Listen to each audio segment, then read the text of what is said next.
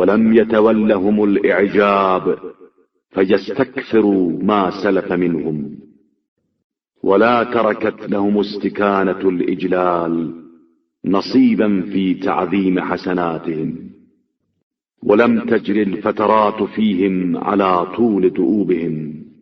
اور نہ خود پسندی نے ان پر غلبہ حاصل کیا ہے کہ وہ اپنے گزشتہ اعمال کو زیادہ تصور کرنے لگیں، اور نہ جلال الہی کے سامنے ان کے انکسار نے کوئی گنجائش چھوڑی ہے کہ وہ اپنی نیکیوں کو بڑا خیال کرنے لگیں۔ مسلسل تاب کے باوجود انہوں نے سستی کو راستہ نہیں دیا۔ ولم تغض رغباتهم فيخالفوا عن رجاء ربهم ولم تجف لطول المناجاة أسلات ألسنتهم ولا ملكتهم الأشغال فتنقطع بهمس الجؤار إليه أصواتهم. اور نہ ان کی رغبت میں کوئی کمی واقع ہوئی ہے کہ وہ مالک سے امید کے راستے کو ترک کر دیں۔ مسلسل مناجاتوں نے ان کی نوک زبان کو خشک نہیں بنایا، اور نہ مصروفیات نے ان پر قابو پا لیا ہے کہ ان کی مناجات کی خفیہ آوازیں منقطع ہو جائیں۔ ولم تختلف في مقاضم الطاعة مناكبهم ولم يثنوا إلى راحة التقصير في أمره رقابهم ولا تعدوا على عزيمة جدهم بلادة الغفلات. نہ مقامات اطاعت میں ان کے شانے آگے پیچھے ہوتے ہیں، اور نہ تعمیل احکام الہیہ میں کوتاہی کی بنا پر ان کی گردن کسی طرف مڑ جاتی ہے۔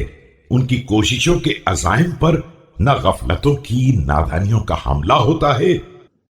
ولا تنتظل في هممهم خدائع الشهوات قد اتخذوا ذا العرش ذخيرة ليوم فاقتهم ويمموه عند انقطاع الخلق إلى المخلوقين برغبتهم لا يقطعون أمد غاية عبادته.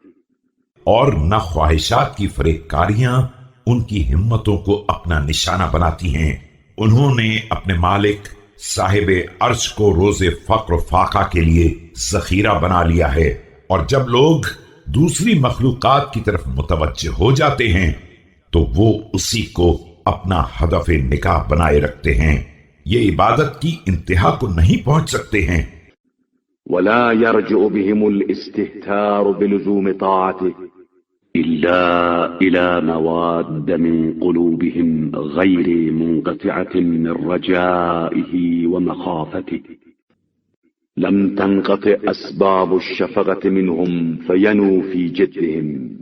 لہذا ان کا اطاعت کا والہانہ جذبہ کسی اور طرف لے جانے کے بجائے صرف امید و بین کے ناقابل اختتام ذخیروں ہی کی طرف لے جاتا ہے۔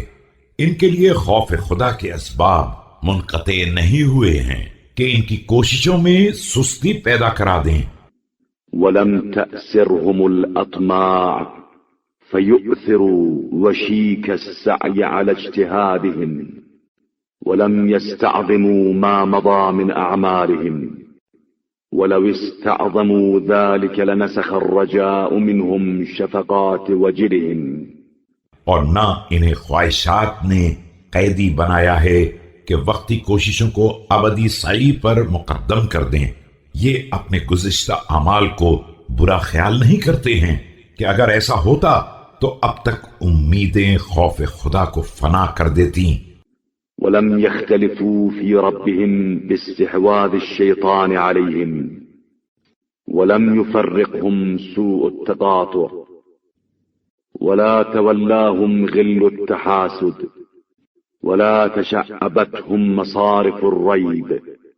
انہوں نے شیطانی غلبے کی بنیاد پر پروردگار کے بارے میں آپس میں کوئی اختلاف بھی نہیں کیا ہے، اور نہ ایک دوسرے سے بگاڑ نے ان کے درمیان افتراق پیدا کیا ہے، نہ ان پر حسد کا کینہ غالب آیا ہے، اور نہ وہ شکوک کی بنا پر آپس میں ایک دوسرے سے الگ ہوئے ہیں۔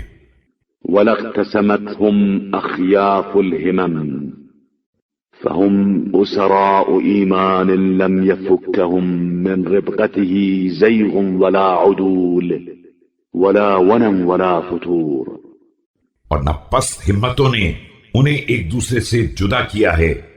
یہ ایمان کے وہ قیدی ہیں جن کی گردنوں کو کجی، انحراف، سستی، فتور کوئی چیز آزاد نہیں کرا سکتی ہے۔